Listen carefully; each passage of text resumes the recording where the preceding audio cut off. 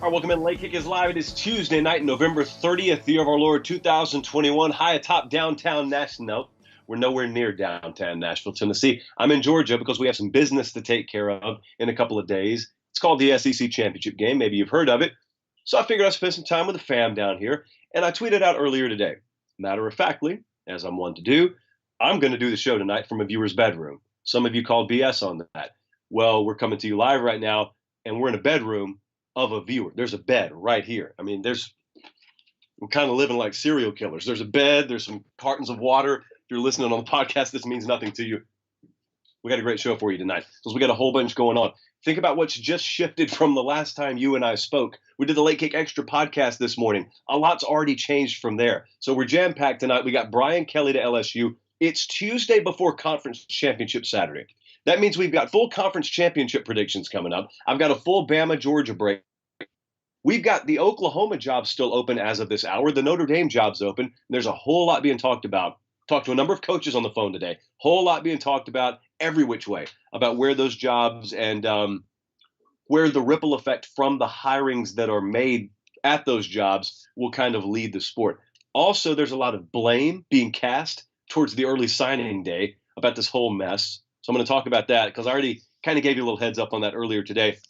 So we got a whole lot to get to. The playoff rankings just came out. I've got a few things to say about that too. Make sure you're following at Late Kick Josh. We got so much going on this time of year, and we don't have a show every hour. I'll tell you what I did last night that I have not done to this point, and a lot of you guys have asked me to, and I may bend on this, and that's a Twitter space. Did a couple of them last night. I talked to some folks today about doing some in the future. It's kind of an interesting concept. I do like it. So TBD on that. Let's dive in, though. Where else do we begin but Brian Kelly? Brian Kelly is now the head coach at LSU. And this is something that if you followed me for a while, you know I've beat this drum to death. Even back in our independent days when we were down in Columbus, where I happen to be right now, I wanted Brian Kelly to try his hand at head coach in the SEC somewhere. Didn't really care where. It never happened. And then he got to 60 years old, and I thought maybe it never will happen. Well, it's happening. And so Brian Kelly to LSU, October 17th is where I want to take you back to. Ed Orgeron gets fired at LSU. And I came on this show the very next night, and I said, when this coaching search ramps up, you've got to be prioritizing some things. If you're Scott Woodward, you got to be prioritizing fit. And then that's the word that everyone started throwing around today. And two things that I learned from this entire process is, number one, Scott Woodward nailed it. And number two, apparently I define fit a lot differently than some of you define fit. Because I heard some of you say this is a bad fit. This is an awesome fit. This is an excellent fit. It's just that maybe you and I differ on how we define fit. To me, too many folks think fit has to do with your birthplace or the pinpoint on the map where you happen to reside right now. That's not fit. Fit is defining the characteristics that embody your program and then going and finding the dude that fits most of them. I think Brian Kelly fits all of them. Nick Saban didn't grow up in Bessemer, Alabama, guys. He's the best fit in America for what Alabama football wanted to be. And so Brian Kelly, I don't care if he can't pronounce Pontchartrain the right way. If he checks those boxes, he's the right guy for your job. And I think he does. So to go back to October 17th, when Orgeron got fired, remember what we talked about on this show. We talked about a guy who could critically build, not maintain, but build organization and structure. A guy who understood the process-oriented approach over the result-oriented approach. Also wanted a guy who understood how to develop players. I talked a lot at the time about teams winning at the line of scrimmage, and certainly Brian Kelly's teams have done that. But also, do you deliver what you sell? That's what I wanted in the LSU coach. That's what all LSU folks should want in the LSU coach. I got news for you. I don't care if you're from Russia. I don't care if you're from what is now formerly Yugoslavia. If you check those boxes, you are a fit at LSU because you'll win. And if you win, you're going to be a fit at LSU because you're going to have a product on the field that all the folks there are proud of. You just got rid of a guy that if you cut him open would bleed purple and gold. Ed Orgeron could probably disassemble a fan boat and put it back together with no instruction manual. But he wasn't the right fit long-term for the job. Brian Kelly, I don't care if he's never been to Louisiana, probably a better fit for the job at LSU. So now we get to ask some questions about Brian Kelly. Because the biggest issue to me that he has to rectify in the post-2019 LSU world is I told you guys many times, I've been over on the Go 24/7 board and talked about this many times. I was texting back and forth with Shay Dixon today, talking about this very thing. In 2019, we saw what may be the best football team we've ever seen. Easily the best football team in LSU program history. We never saw another LSU team. As far as I'm concerned, we never saw a football team. Saw a bunch of individuals. So what has to happen for sustained excellence was not present. That factor was not present at LSU.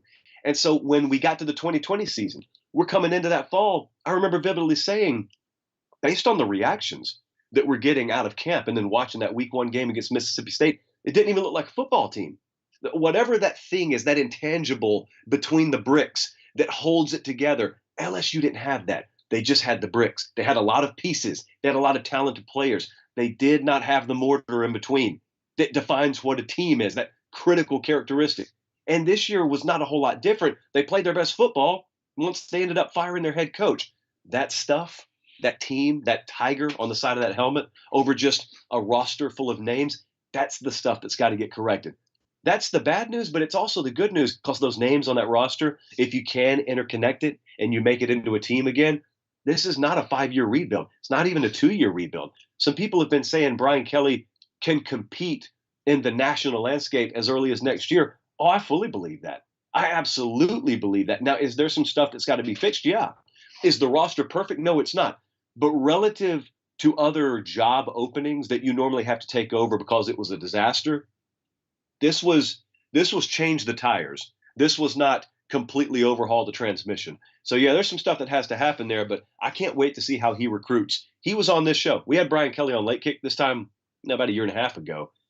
And he point blank told you, I tweeted this video out last night. He point blank told you, I cannot recruit at Notre Dame the way I want to.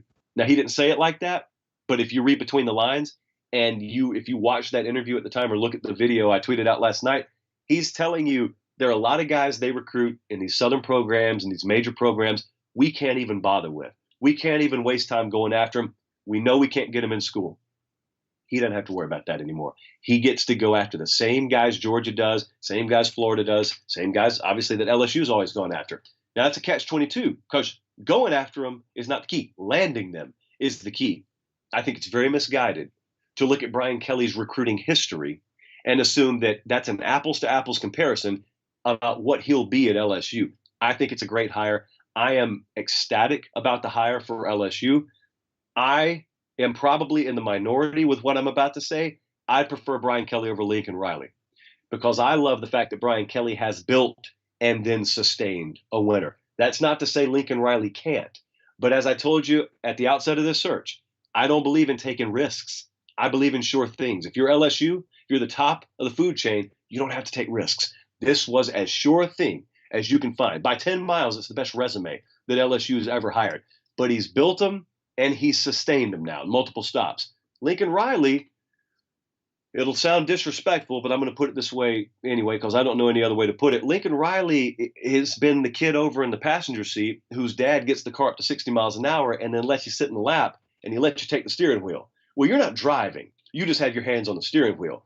You get in the car and you shut the door and you turn the ignition and you get that thing in drive and then you get it up to speed. That's driving. Brian Kelly is a driver. Lincoln Riley may be one day, but he has not proven that on the grand stage like Brian Kelly has. I love Brian Kelly for LSU. We will effort as best we can to get him on the show sometime in the spring. It would be a return trip for him, so we're very familiar with him. But I love the fit, love it, love it, love it. Am ecstatic about it. I think he's one of the most misunderstood coaches in America because I simply don't believe people fully grasp the difference and the gulf in the resource gap and the admissions gap between Notre Dame and the program he's at now. And his job is not to be a mayor down there. His job is to win football games. So you want to know what a fit is? A fit is the guy who checks the boxes that it's going to take to sustain a long-term winner. And I think Scott Woodward killed it. And I think that this guy is exactly what LSU football needs. What you need, you got some of those cards, by the way? Don't say anything because I don't want people to know whose bedroom I'm in. But do you have any of those Academy gift cards anywhere? Okay, so as you know, we're going to be in Atlanta Saturday. And as you know, this company right here, this is Academy Sports and Outdoors, for those unfamiliar, they are like our angel. really, it's not in the ad copy, but they're kind of like our angel because everything that we need, Academy just comes in and takes care of for us. Granted, they didn't build this mysterious bedroom I'm in right now, but they do about everything else we need. So, in some alternate universe, give you an example here. If I ever wanted to change clothes out of this same T-shirt that I wear every day, Academy Sports and Outdoors would be the place to go. Um, I would even go as far as to say they have encouraged me to take advantage of these gift cards that I'm holding in my hand to maybe, in a not so subtle way, buy some new clothes. But the reason I'm flashing the gift card is because we got Bama, Georgia this Saturday. I'm about to break down the game in a second. I'm going to have a whole new treasure trove full of these bad boys, these Academy gift cards on hand. We're doing a lot of coverage. I think it's Barrett Salee and I this Saturday in Atlanta. So we're going to do pregame, postgame. I'll be around. We're going to do the show from up there Thursday. I'm going to be all over Atlanta Friday. What does that even mean? I've got a luncheon to go to Friday. And so if you see me, chances are I will have Academy Sports and Outdoor gift cards in my. So in a very, very non-aggressive way, ask me for one, and I'll give you one. That is because our partners at Academy Sports and Outdoors make that possible. We appreciate that. It is the holiday season, or to put a finer point on it, it's the Christmas season. And so if you need presents, if you need to check that list really quick, just head to academy.com. That's the website. If you can't get to a brick and mortar store, academy.com. Either way, that is your hookup. It is your one-stop shop for all things outdoors, a lot indoors that you need, tailgating equipment and the like. Academy Sports and Outdoors. There you see the ad read. It just says Academy. Thank you so much. Eternally grateful for our partners at Academy Sports and Outdoors. So, the college football playoff rankings just unveiled. This is the last batch of rankings, mind you, before we get to Conference Championship Saturday and then Selection Sunday. And so you start chewing those fingernails down to the nub as the weekend approaches. And we obviously got a lot of different scenarios. When we entered this season, I told you I thought it was going to be a renaissance season for many reasons, but chief among them was I did not think the Redwoods, as I called them in the sport, were nearly as tall as they normally are. Case in point, Clemson, chopped down to size. Alabama's very vulnerable. Georgia hadn't won a title in 41 years. They're the tallest redwood in the sport right now. That pretty much encapsulates what a renaissance season is all about. I thought on ESPN tonight when they were doing the reveal, they had a really good stat. And that was our top four right now of Georgia, Cincy, Michigan, and Alabama. And then if you project forward like an Oklahoma State, it was like a combined one playoff win, I think it was. So, yeah, there's a lot of new blood here. Having said that, it may be that the dominoes are not done falling. So you're looking at the rankings if you're watching on YouTube right now, and the current matchups, which almost are impossible to happen, would be Georgia, Cincy. Georgia would be favored by about 17 in that game. Bama, Michigan. Bama would be about a 5-point favorite in that game. That's not our model. That's actual Vegas number. I could give you our model output, but I wasn't prepared to do that. So who's still alive in this thing is what I want to ask. Because I know you got Ohio State sitting there at 7.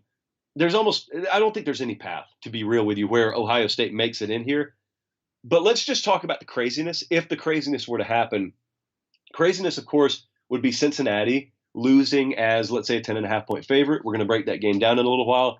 Let's say Cincy does lose. Let's say it gets really sideways. Let's say Iowa beats Michigan. What starts to happen there? So let's just say Georgia wins. So you got Georgia in there. But let's say Michigan falls and they're out. Let's say Cincy falls and they're out. Well, you're talking about Notre Dame, which is just this whole other can of worms that is fascinating that I'm going to talk about in just a second when we're talking about the Notre Dame coaching search. But just to tease it up, I want you to picture a world where the Notre Dame Fighting Irish are in the playoff, and whoever is leading them, Jack Swarbrick doesn't allegedly want to name an interim head coach, but whoever's leading them, I'm just going to say Marcus Freeman.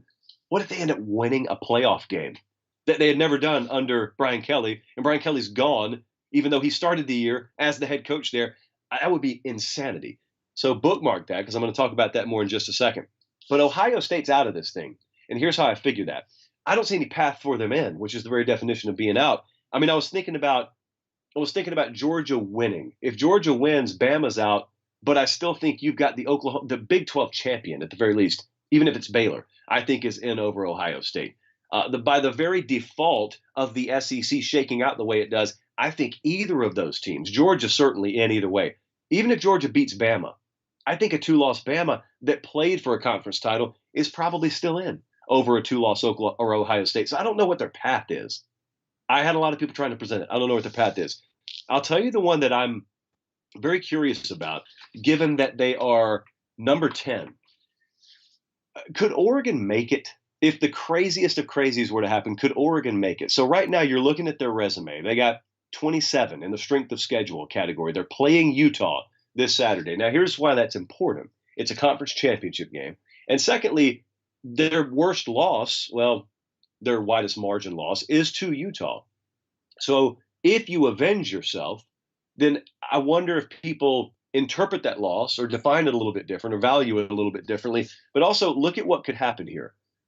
So I know you've got Ohio State listed above Oregon right now, but if Oregon added a conference championship to their resume and they still have that head-to-head over Ohio State, I think they'd vault the likes of Ohio State. I think they may, if you had Michigan fall out and you had Cincinnati fall out, I think there's this weird path along with the Big 12 champ where maybe an Oregon scoots in, maybe even past Notre Dame. I'd be very interested in how the committee would interpret a two-loss conference champ Oregon against a one-loss non-conference champ Notre Dame. We'll be very interested in that. And hey, here's another question someone asked today. I have no clue what the answer to this is. You can tell me if you have a different opinion than me, because I don't really have one. So your opinion is going to be different than mine if you have one at all.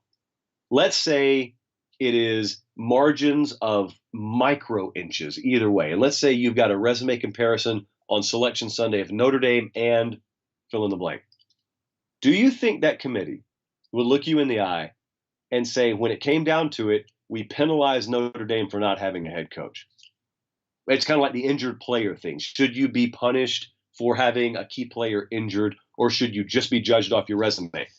I don't know what the answer to that is.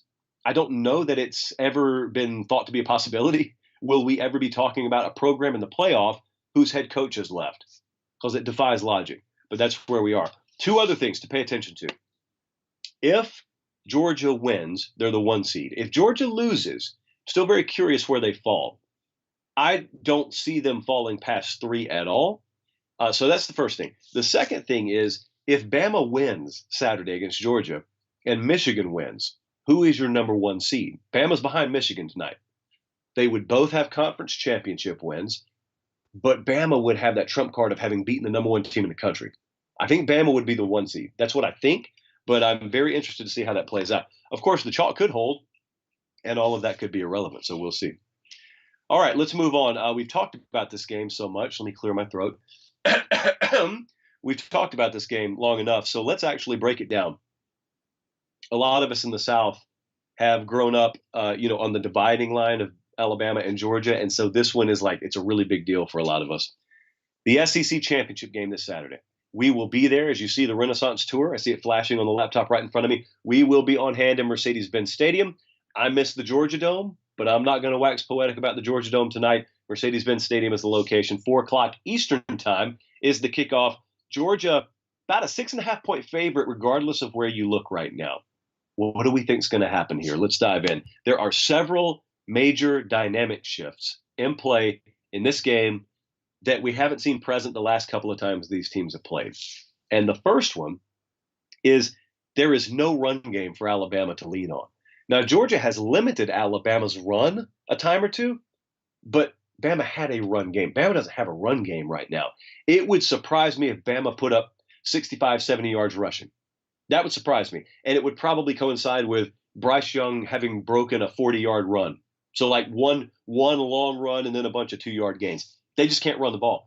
Brian Robinson is unlikely to play here. If he plays, certainly not going to be anywhere full speed. And they're just in a bad situation. Alabama's in a bad situation. So that's the first thing that you normally don't find yourself saying. The second thing is there's a decided physical advantage for Georgia here. Georgia's one of the oldest teams they'll ever have. Bama's one of the youngest teams they'll ever have. Bama has not had that line of scrimmage edge, especially offensively, that they're used to having. It's such an opportune moment for Georgia in so many areas. Also consider this. You want me to tell you how big a physical advantage Georgia has and how important the defense for Georgia is. How many times have you ever seen a program like Bama that recruits at a top 3 level annually who has the head coaching edge and the quarterback edge on a neutral field and is still nearly a touchdown underdog? You say that out loud, that's almost enough for some people in the betting community to autoplay the underdog. If I tell some folks you're going to have a head coaching and quarterback edge and you're going to be given points, that's enough for some people to blindly bet Alabama, who is the underdog in this case. So look, here's where people are wrong.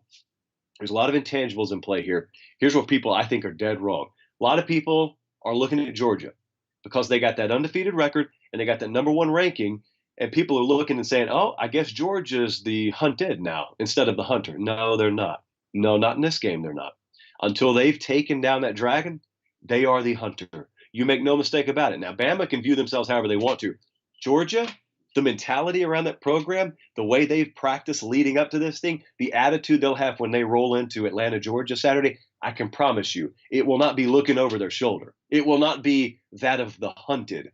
Georgia football, when it comes to Alabama, very much the hunter still. I would be shocked if Georgia didn't show up as aggressive as you've seen them. I'd be shocked if they didn't show up as prepared as you've seen them. So now let's dive into the game. Because to me, this becomes the whole quicksand versus quick strike thing. Given the limitations that we expect Alabama to have in the run game, and given how suffocating Georgia can be with the complementary style they play. See, that defense feeds into that run game and how it wears on you for 4 quarters. You've got the quick strike ability, which Bama has to have, and you got the quicksand. You know, you got the popcorn droppers, and then you got the Cobra effect over here. Which one is going to win out? Because I think I was texting with Jake Rowe earlier this week. I told him, I'll tell you publicly, I think the logo of Alabama has affected this point spread. I think if you switch jerseys on these teams, the line would be double digits. There's a lot to be said about the prestige and the reputation of that Crimson Script A, and that's why that thing's still under 7.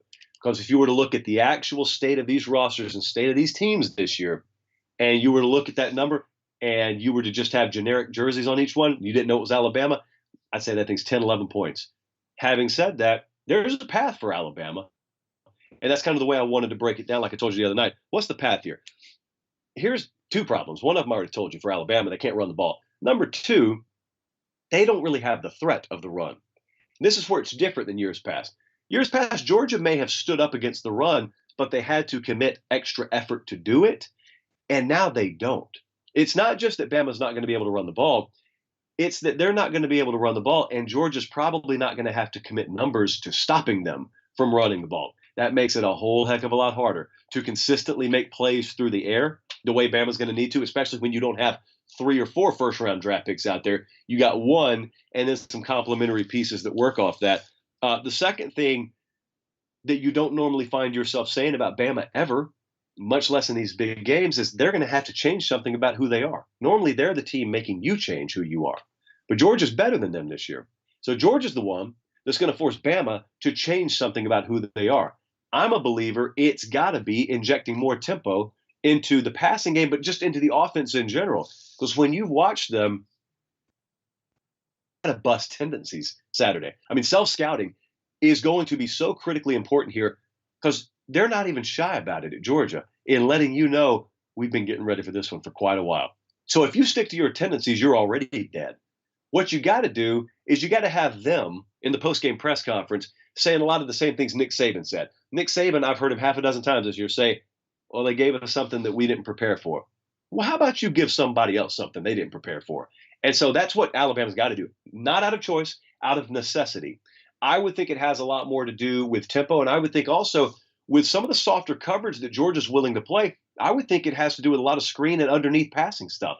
And give guys like Jamison Williams the ability to rack up some yards after catch. John Mechie's the same way. I'd be very surprised if some of these young receivers like Ja'Cory Brooks didn't have to play a pivotal role in this game this Saturday. Georgia, like I said, will be as prepared for this game as any game you've seen. So your game plan, your typical game plan, the one that narrowly got you past Florida, the one that got you beat at A&M, the one that narrowly got you past Auburn, you might as well leave that in Tuscaloosa. Something has got to be different here. The things you cannot quantify, though, are what will determine this game. So I'm very interested on Georgia on first down. I'm very interested on Bama on third down. Like, there's a lot of stuff that we're going to talk about as the week goes on, but the non-quantifiable factors here I actually think may go a long way in determining this game. The first one is what I would call, I guess, battered versus battle-tested. And I don't even think Nick Saban knows what to expect in this department. You could make the argument that Georgia, having cruised, while Bama's had to fight for their life against Arkansas and then Auburn, and now they go to a conference championship game, well, they've already been in the playoff for like 3 weeks. You could make that argument. I could also make the counter argument Bama's beat to death because of it. And so I don't know. That's the whole point of being non-quantifiable. I don't know how to assignate a number on that. Another thing is you can make the argument to me, since Georgia hasn't been pressed all that much, it could be that they've got a lot they're capable of doing. They've never had to show you this year. I halfway believe that. How do I quantify it? I don't know. Um, what does it mean for Alabama to be an underdog in a game? What does it mean for them to be in do or die, no safety net, wounded animal mode?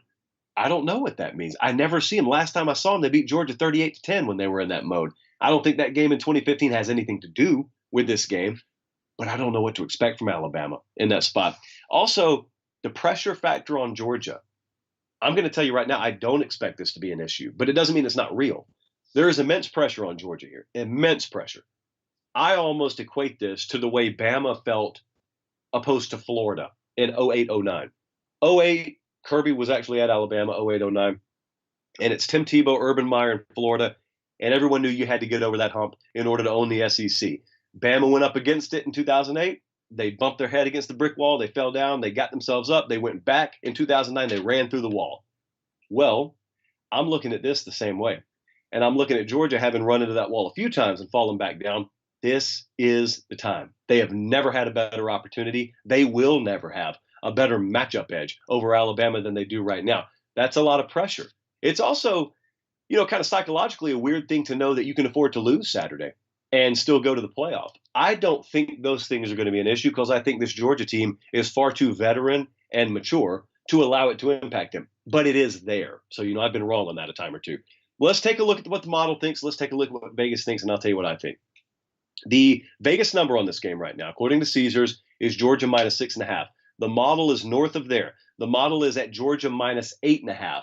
I've watched these teams. I could make you an argument for Bama, but I have watched Bama a few times this year prove me wrong when I thought they were about to kick it into a different gear.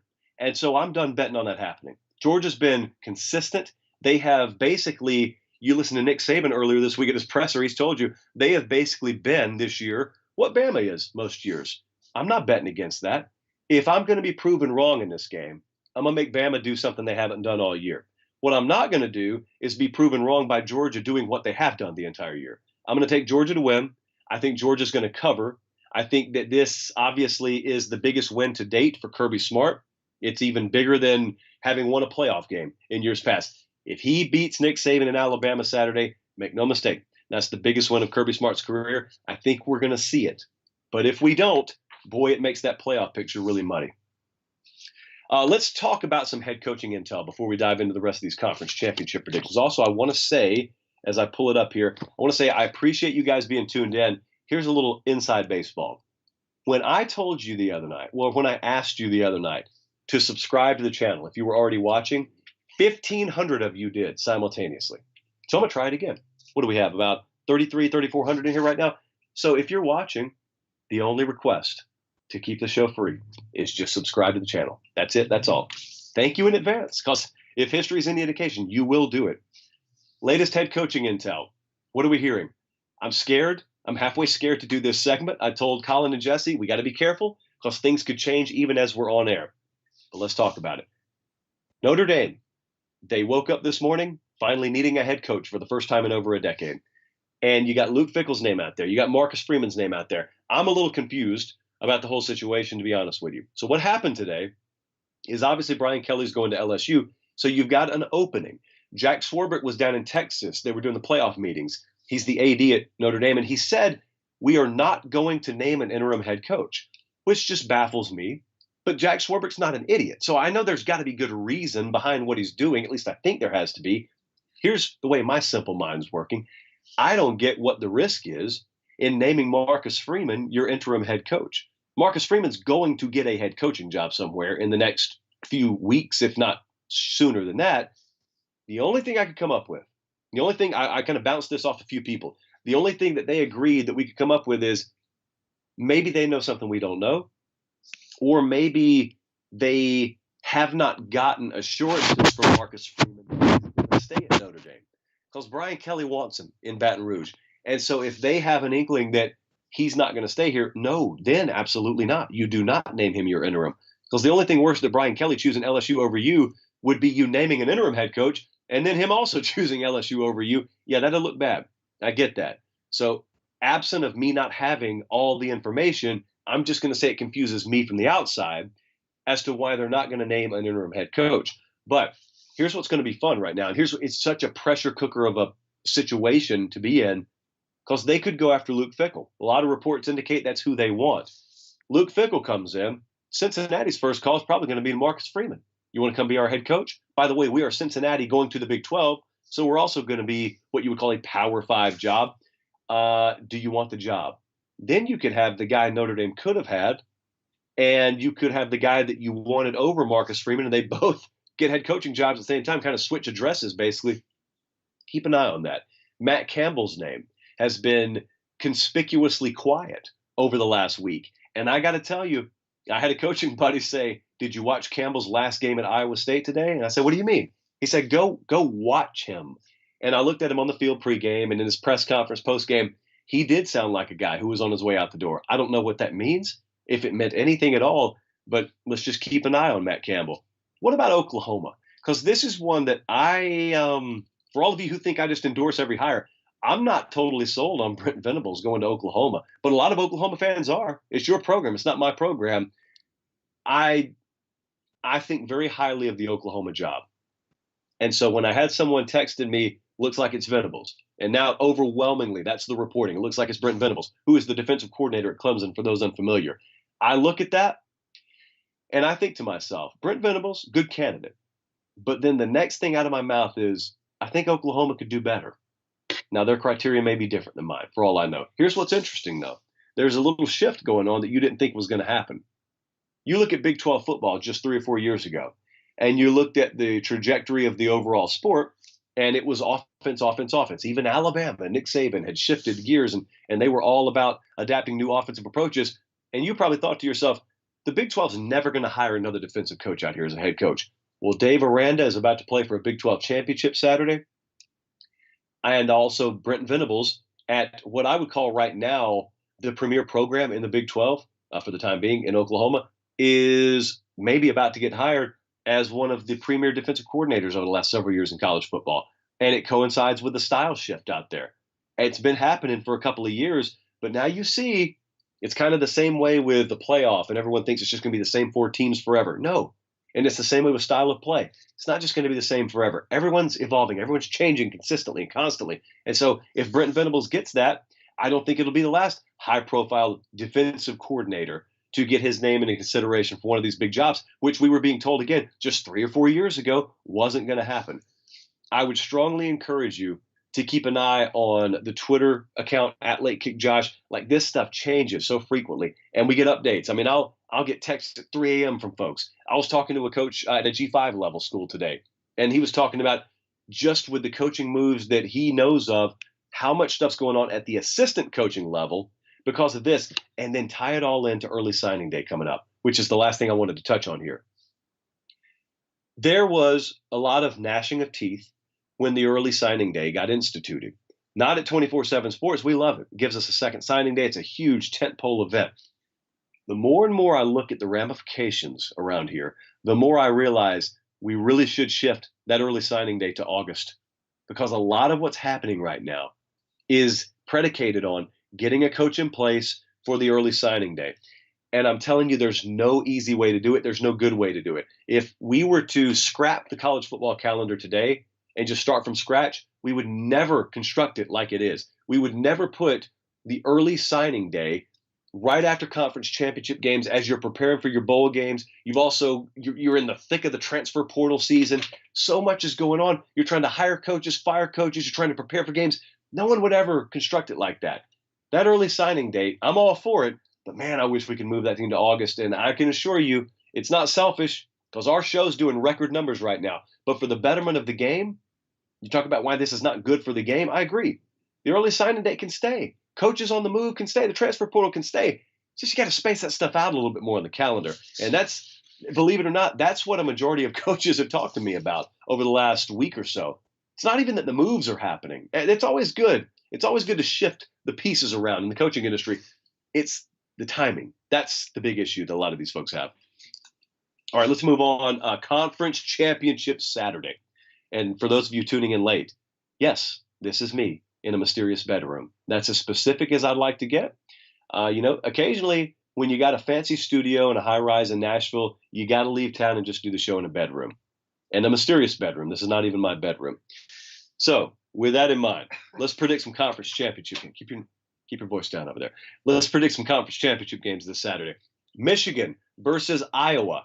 This one is a late game. It's 8 o'clock on Fox. These are Eastern times, by the way. At no point was Michigan surprised to beat Ohio State Saturday. And here's why that's important. Because the obvious theme in this game could be letdown.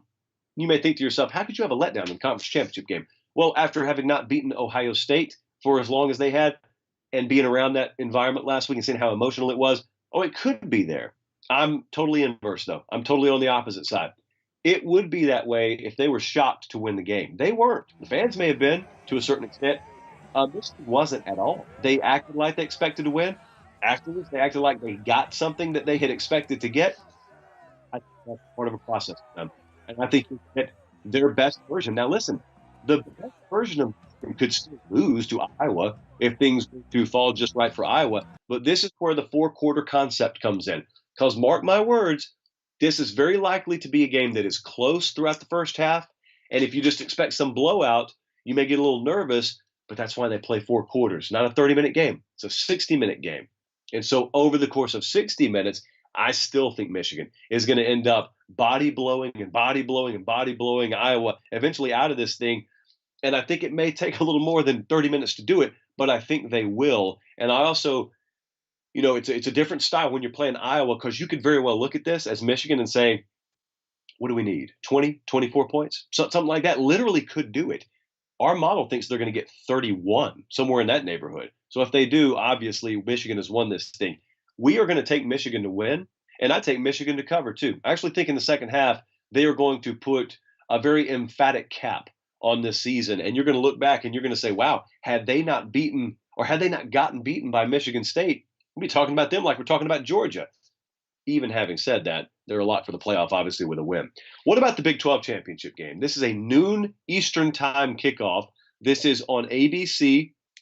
Oklahoma State. In fact, let me move my screen around to make sure nothing's changed. So Oklahoma State is anywhere from a 5.5 to a 6.5 point favorite, depending on where you look. We've already gotten on Baylor in this game, so you know where I am as it relates to the point spread.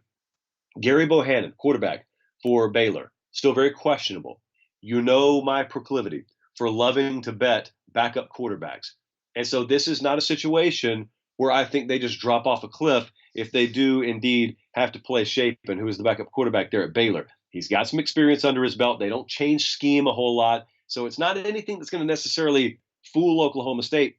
I just think Baylor's capable of operating offensively to a high enough degree with him in the game. I really want to know if Baylor can do some damage early in this game, because I do think there's going to be a settling in point eventually where it's going to be really tough. And it's going to be really tough for Baylor to move the ball. It's so critical for them to get an early lead. If they don't, this game has the potential to get out of hand, and it has the potential to look like Utah-Oregon a couple of weeks ago. About to break that game down, but a couple of weeks ago, it's 14-0. Then all of a sudden things go sideways really quickly, and it's 28-0, it's 38-7. And what could be a close game turns into a blowout. That's the way this one could happen. A fast start and a very ratcheted up opening to this game. Very critical for Baylor. We're taking Baylor to win the game. The model likes Baylor to win outright. And so Baylor plus the points, one of our best bets of the week. We like the Bears to win. Right now, 5.5. That's the number we have at Caesars. Let's go to the American. Cincinnati is, I believe, I'm going to wait and see what we got. I looked at it and it was 10.5. They're favored by 10.5. Some odd points against Houston. This is a 4 o'clock Eastern time kickoff on ABC Saturday. This is the last remaining hurdle, presumably, between the Bearcats and, in all likelihood, locking down a playoff spot. There is still a path where they get left out. I just don't think that path is very wide at all. Two things to watch in this game that I think decide it. Clayton Tune, who is not the quarterback for Cincinnati, he is the quarterback for Houston, who, if you did the blind resume comparison, has comparable numbers to Desmond Ridder. This is the kind of game he could shine in, and America learns about him. You probably don't know a whole lot about him, and he spoils a great big party that is scheduled in Cincinnati. And number two, Houston has the potential to be opportunistic enough defensively to force some mistakes here. You never know how tight Cincinnati may be playing. These players have never been in a spot this big. That bowl game last year against Georgia is not as big as this game. There is a playoff spot, a conference championship, and a playoff spot on the line. You get those two things taken care of or neutralized, Cincinnati rolls here. I think they win the game. I don't think they roll. So I'm taking Houston to cover, taking Cincinnati to win. I think there may be a path in the fourth quarter for Houston. I do think Cincinnati is a little too good. What about the Pac-12? Pac-12 championship game's on a Friday night. This one's in Las Vegas. It's 8 o'clock Eastern time, I think 5 o'clock local time, obviously, on ABC, 38-7. Here's the basic question. You can dumb it down. You can drool all over your textbook as you ask it. How do you turn 38-7 just 2 weeks ago into a win 2 weeks later? Well, the answer is you start over clean at zeros, and then you don't allow the same kind of start to happen. You don't have disastrous special teams performances like Oregon did, to be clear, a couple of weeks ago in Salt Lake City. You don't lose control of the game going into the half and give up 14 more points. You can't have that kind of stuff happen. If Oregon, I'm going to say it the same way I said a second ago about Baylor, if they can dent the scoreboard early, you never know what that's worth. You also never know, when you looked at that game a couple of weeks ago, how much they hated their offensive approach. Because I can tell you Oregon fans did. And so it stands to reason whatever didn't work for you a couple of weeks ago is not going to be the game plan. Now, you could try something different and get the same result. But if they get the same result, I don't think it's going to be because it's the same team that showed up a couple of weeks ago. Here's the reason it sounds like I'm making excuses for Oregon. Because our model thinks they're going to win. That's why. And so I know how hard it is to fathom. But I'm going to ride with it. Oregon covers. Oregon wins another Pac-12 championship. And if they do that, it will again go to show you how different each individual example or sample of a football game is relative to the last one or the next one. Last one I wanted to hit on briefly. It's really out of the spotlight. The ACC championship game. Pitt is favored by 2.5 at the moment. At least that's the number I had, over Wake Forest. It's a later game. It's 7 o'clock Eastern Saturday night. It's on ABC. This game is such an endorsement of a Renaissance season. It embodies what the Renaissance season is all about. Because do you have any clue what kind of odds I could have gotten on betting that neither North Carolina nor Clemson were going to be in the ACC title game, period? That's what's happening. That's what's up. I feel like this is a Kenny Pickett special. I got to be real with you. I know that's a very dumbed down way to break this down. I think Kenny Pickett is going to be the singular difference in this game. And although he's not going to win the Heisman, I think if you want to be the contrarian and make the argument for him, he's going to give you a ton of ammunition. I want to warn you, Kenny Pickett could put up some Xbox numbers Saturday night in Charlotte, North Carolina. And I think he's going to do it for Pitt en route to a win over Wake Forest. I'm going to take Pitt to win, and I will take Pitt to cover. Those are our conference championship Saturday and Friday predictions, obviously to go along with the SEC championship prediction of Georgia winning and covering against Alabama. Last order of business here, I've got a Ramen Noodle Express best bet to add. I have not revealed this one even on Twitter yet because we just added it a few minutes ago. So here are the games we're already on. We're on Baylor plus 5.5, obviously Big 12 championship game. We're on Oregon plus 3, Pac-12 championship game. That's a Friday game. I've got one more Friday game to add here. We are on Western Kentucky minus 1.5. That is on a Friday. Again, they're playing UTSA. So Western Kentucky minus 1.5 is where we're going there in agreement, well, with the model, but also Oregon plus 3, Baylor plus 5.5. Those are the three games. I don't know if we're going to add any more, so just stay tuned on that one. Also, I would strongly encourage you, if you haven't already listened, we got it out a bit late today. That's my fault. Go check out the Late Kick Extra podcast. Had a lot of behind-the-scenes stuff from Ann Arbor this weekend, a lot of stuff that I didn't get to on the show tonight. So we're looking forward to getting out of here and getting to Atlanta on Thursday. I can't tell you exactly where we're going to be yet, but we will be live from Atlanta on Thursday leading up to the SEC championship game. Appreciate you guys watching.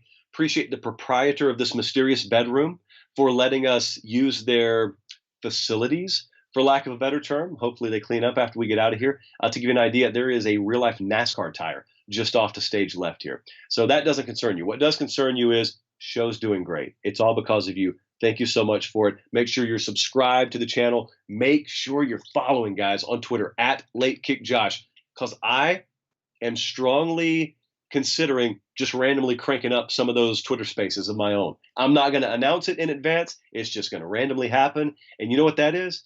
That is live as live can be. And that's just you and me talking back and forth. I think it could be really fun. I want to find the right moment to do it, but I think it could be really fun. Thank you so much. I'm down here in Georgia, up in Tennessee. Producer Jesse, director Colin, just sweating away there in the control room and pulled this thing off way more seamless than it should have been pulled off. That's what happens when you work with professionals. So thank you to them. Thank you to you. Make sure you like the video on the way out. We will see you back here same time Thursday. Until then, take care and God bless.